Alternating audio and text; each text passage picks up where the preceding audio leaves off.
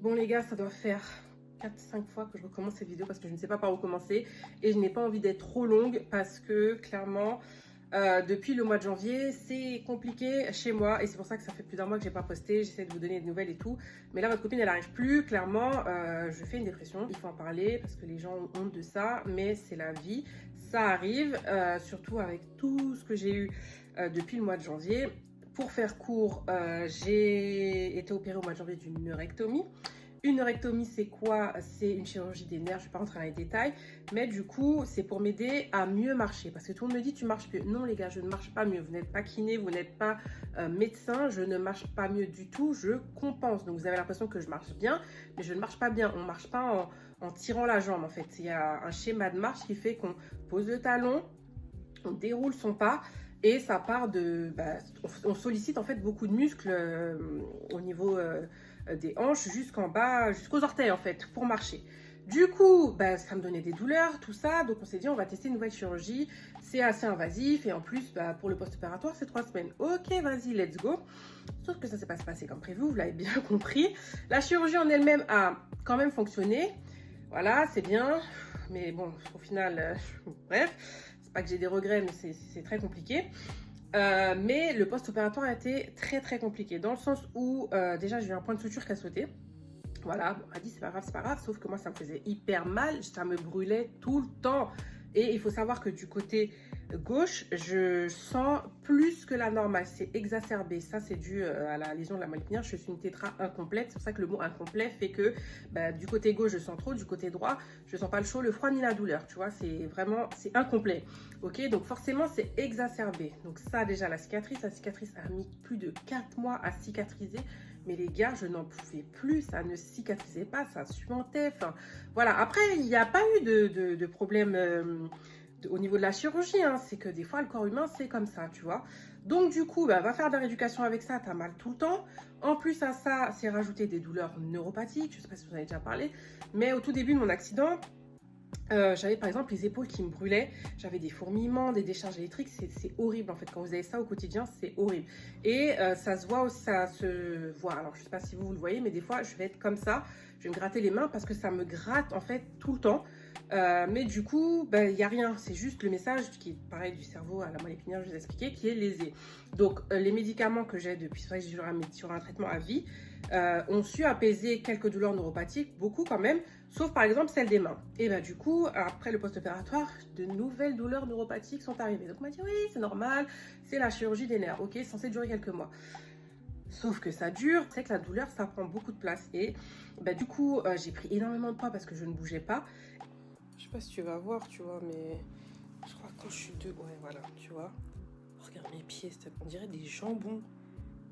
C'est des plans au lait. Surtout le gauche, là. Oh, Seigneur Jésus.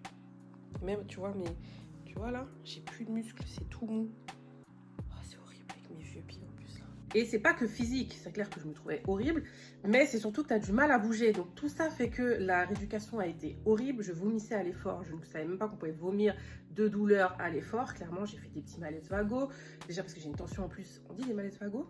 Bon, des malaises vagales, bref. J'ai une tension qui est à 9. Je suis solide, mais jusqu'à certains points. Donc bref, du coup, ça a duré, au lieu de sortir en février, je suis sortie en avril, donc 4 mois d'hôpital. Compliqué, hein, clairement, vous l'avez un peu vécu, j'ai essayé de partager des choses avec vous. En sortant de l'hôpital, on m'a dit, bon, alors j'ai vu un médecin de la douleur, parce qu'il y a des centres pour ça, mais vous propose des trucs, je me dis... ouais, mais non, en fait, parce que c'est l'impression, limite, que tu vas être drogué. Mais voilà, ils essaient de trouver des solutions. La solution qui se prêtait dans l'urgence, c'était de poser un cathéter. Donc Rufus, vous l'avez vu, hein, je vous avais présenté Rufus, que je devais garder 4 semaines, j'ai gardé 1 semaine. Je vous explique pourquoi.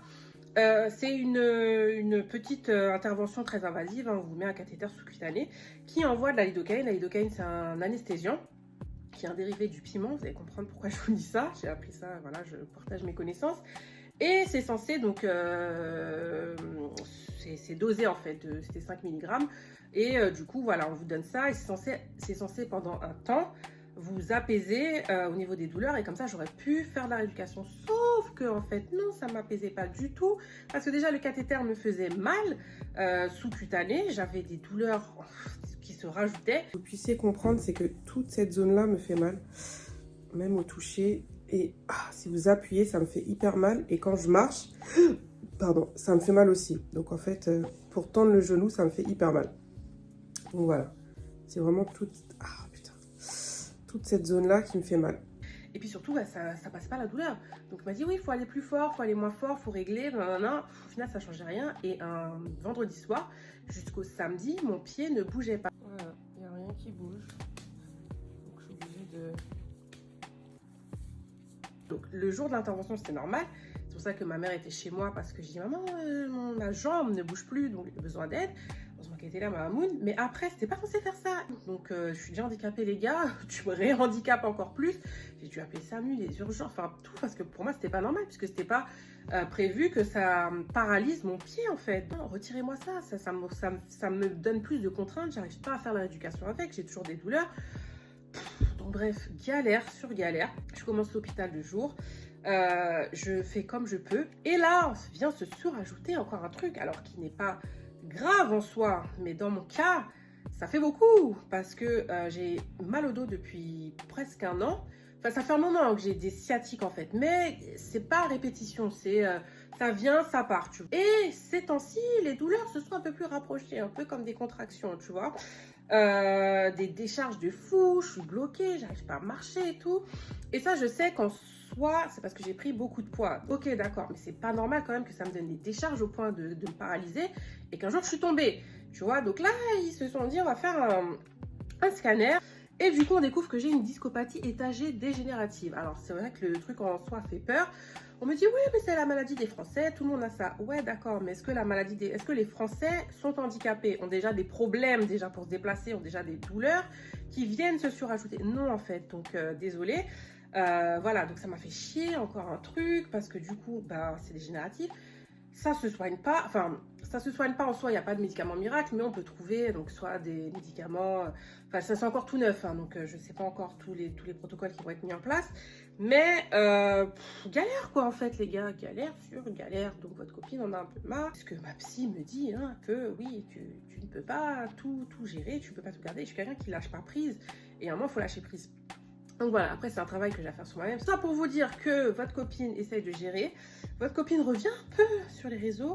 J'ai ma safe place, ma bulle InDesign où je partage mes colos et je ne parle pas du tout de ma santé ni de mon handicap, clairement. Parce que je n'avais pas envie. Voilà, j'avais juste envie de partager ma nouvelle passion, l'art-thérapie, qui me fait énormément de bien. Les gars, arrêtez tout, j'ai le livre qu'il vous faut. Là, dès que vous avez fini votre lecture, s'il vous plaît, vous lisez. Qui résout pas tout, hein, concrètement. Parce que voilà, il faut se soigner. La santé mentale, c'est important, les gars. Voilà, des gens diront, ouais, raconte sa vie, machin. Mais si au moins, à travers cette vidéo, vous allez pas bien et que vous dites, ce serait peut-être bien que je consulte. Oui, consultez, en fait. Les gens dans votre entourage ne sont pas professionnels. Donc, les psychologues le sont, les psychiatres le sont. Allez consulter, c'est pas une honte, on n'est pas fou. Donc voilà, bon, ça fait 10 minutes, les gars. Merci, encore une fois, j'espère que vous allez bien. Et je reviens doucement, mais sûrement. Bisous.